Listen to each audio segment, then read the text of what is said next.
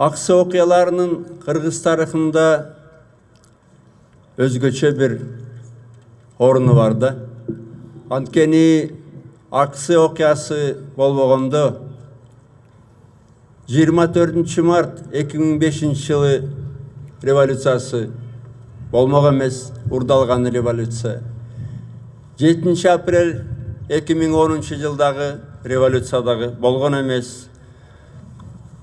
Болмогон эмес. Анткени эң биринчи ушу эстелигине жазылгандай элдин эркиндиги үчүн, эл каалаган сөзүн сүйлөсүн, каалаган жерде чогулсун деп биринчи каза болгон, шейит болгон ушу Аксылык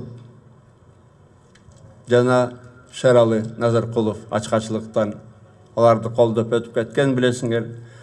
Мен эми бүгүн уруксат сурайм, убакыт көбүрөөк бергиле, bir топ нерсе айтып кетейин деп атам. Биринчи келип атам. Ушундай митингке чыкпай сүйлөбөй атып, бирок айта турган мезгил келген окшойт.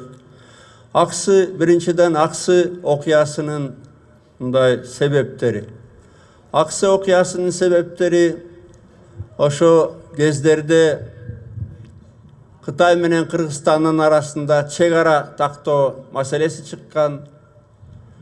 Анан 96 жылы, 99 жылы Кытай тарабынан, Кыргыз тарабынан эки келишимге кол коюлган.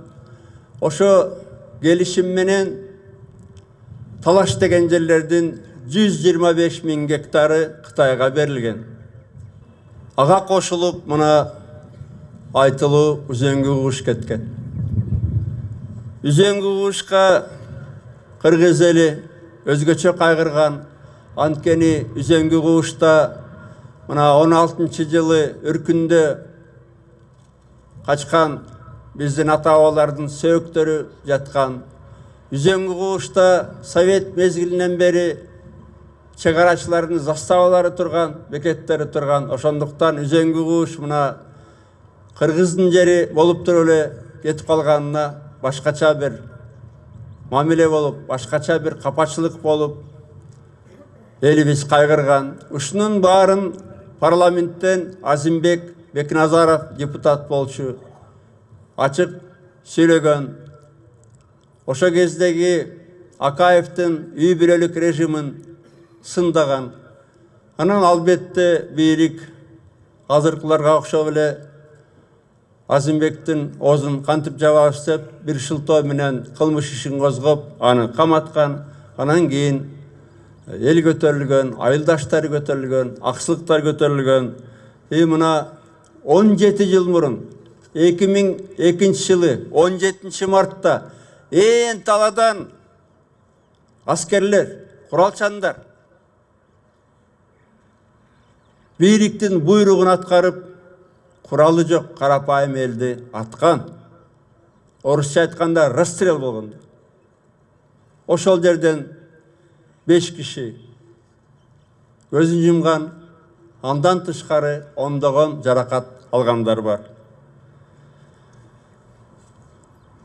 Мен эсимде бар, мен ушу 2002 жылдын башында январга Турцияга кетип калгам, мажбур болуп.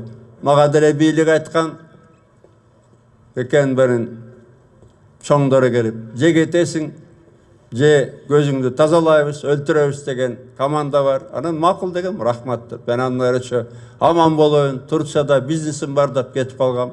Бирок момундай окуя болгондон кийин албетте мен бардыгын жыйып, бизнесимди өткөрүп, кайрадан ушу Кыргызстанга келгем. Аксыда ошондо чоң митинг болгон, 40 болду беле. Ошондо Аксыга чейин баргам, тыйын тыпырымды көтөрүп алып. Андан тышкары мына Атамбаевке барбагыла Куран окутуп калгыла деп атпайбы? Калп эле азыр Аксылыкка күйүмүш болуп. Мына 2002 жылы ушул жерде турган bir топ чүйдүн айылдары Атабейттин жанына чогулуп 2002 жылы. Билесиңер, Аксылыктар жөө жүрүш баштаган, биз тосуп алабыз деп биз чыкканбыз. Мына Арашам менен Таштөбөнүн ортосуна жер таап, ошо ата бейиттин бер жагындагы жолго чогулуп, биздин бир элбиз, аксылыктарды колдойбуз, колуңду тарт Такаев деп митинг өткөргөнбүз, аксылыктарды колдоп. Ошондо эсимде бар, Адахам Мадумаров да келип сүйлөп берген жакшы. Анан кийин муну айтып атканым ачык айтайын. 2002 жылы Сооронбай Жээнбеков вице-спикер, акеси Жусуп Жээнбеков губернатор. Алар тымпый биле отурган, бир ойлоп калбай, бир сөз сүйлөбөй. Эми болсо мына кайгырып айтып атканым, форумга Атамбаев Куран окутат экен, барбагыла. Мына Сооронбай Ашылбектер Куран окутат, ошол жака баргыла деп. Мына эрикпей үйлөрүнө чыгарып, үйлөрүнө чейин барып, бүгүн мына жаракат алган аксылыктар келмек. Өтүп өткөндөрдүн балдары келмек. Аларды үркүтүп, көндүрүп келген жок. Муну аксылыктар үчүн айтып атам, андан бери 17 жыл өтүп кетти. Мүмкүн жаштары билбейби, билип жүрсүн. Мына биз турганбыз 2002 жылы. Жээнбековдор жылы жумшак отурганда биз көтөрүлгөнбүз. Бир элбиз, колдойбуз аксыны. Ошол эле кеминдиктер да келип берген ошо митингде 2002 жылы. Хакаевке каршы. Андан тышкары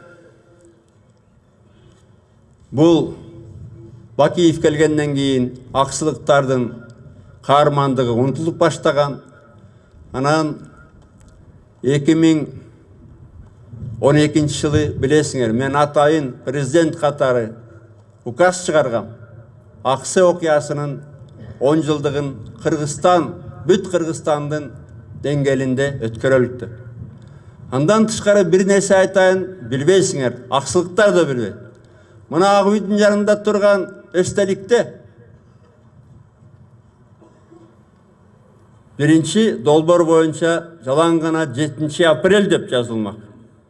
Анан мен долбоорду көрүп туруп айттым, аксы окуясы болбогондо 7 апрель болмок эместир. Аксыны мына элдин эркиндиги үчүн 2002 жылы аксы, 2013 жылы апрель окуяларында курман болгондордун жаркын элесине деп аксыны биринчи кылып мен жаздыргам. Мына азыр мени бөлөк бөтөн деп бөлүп аткан Жээнбековторго, жанындагы майда шайтандарын айтам да.